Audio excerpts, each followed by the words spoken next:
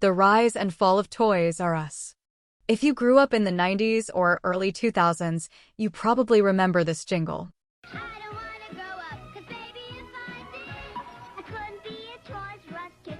More games, more toys. Oh boy, I wanna be a Toys R Us kid. The bright aisles, the smell of new toys, that magical feeling every kid lived for.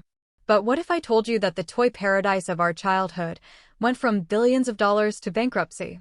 This is the rise and fall of Toys R Us, the empire that forgot to grow up. It all began in 1948, when a young man named Charles Lazarus had a simple dream: to build a store where every child could find joy. He started by selling baby furniture. But soon, he realized something powerful. Kids outgrow furniture, but never toys. So in 1957, Lazarus opened the first Toys R Us, a wonderland where toys stacked higher than any kid could see. His formula was genius: massive selection, colorful displays, and low prices. By the 1980s, Toys R Us wasn't just a store. It was the Disneyland of toys. Every visit was an adventure. Every child walked out smiling. Toys R Us had captured the world's imagination. By the late 80s and 90s, Toys R Us ruled the toy world. They had over 1,400 stores across the globe, employing more than 60,000 people, and making billions every Christmas season.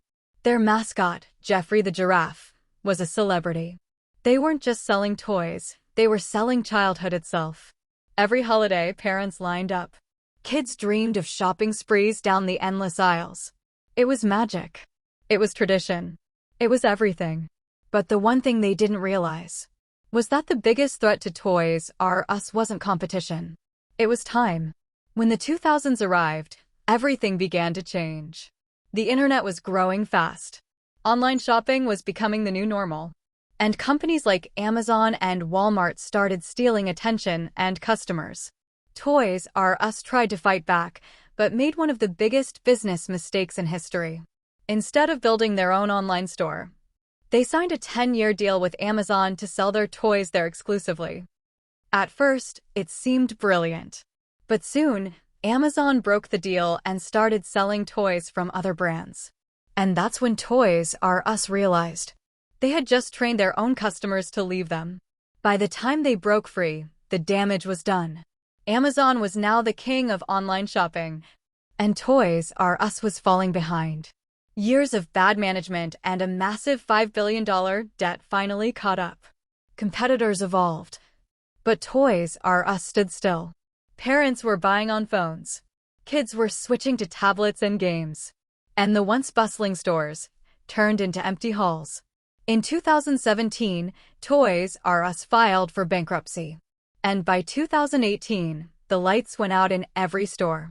The world watched as childhood's favorite store closed its doors.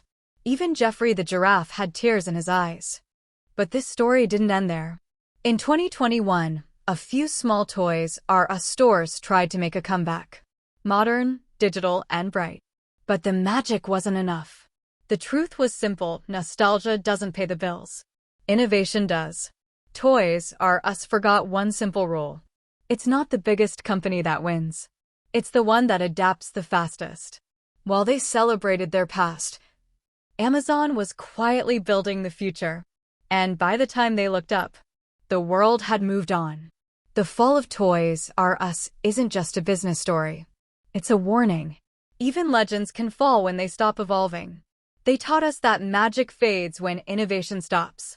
So whatever you're building, never stop growing, never stop adapting, and never forget to look forward.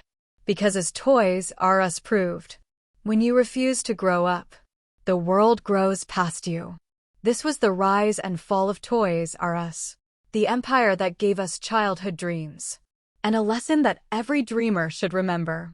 If you enjoyed this story, hit subscribe for more rise and fall stories of the world's biggest company.